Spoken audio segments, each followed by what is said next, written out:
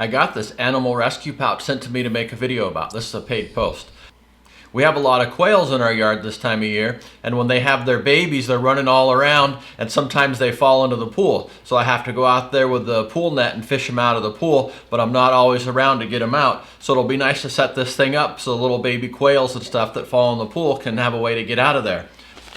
All right, we'll just open this thing up here and see what it looks like. All right, so it's got a strap on the back here.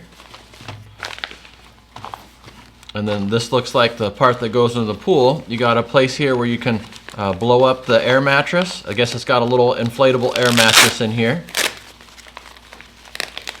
There's where you can blow it up. It comes with a little pump right here. So I can just pump this up. Takes a little bit to pump up here, but you can see here's the instructions. First thing you do is you pump it up there, and then the next thing you do, this is what it'll look like in the pool.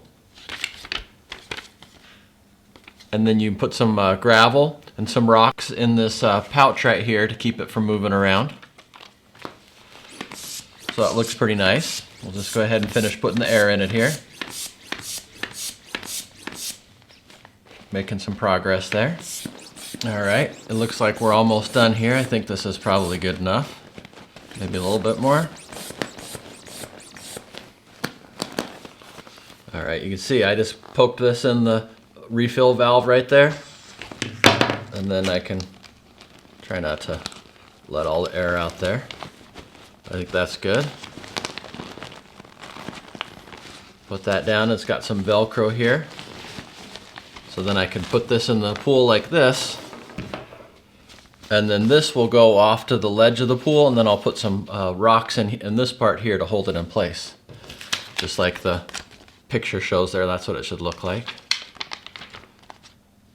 And then put some rocks in there. All right, I'm gonna go out to the pool and set it up.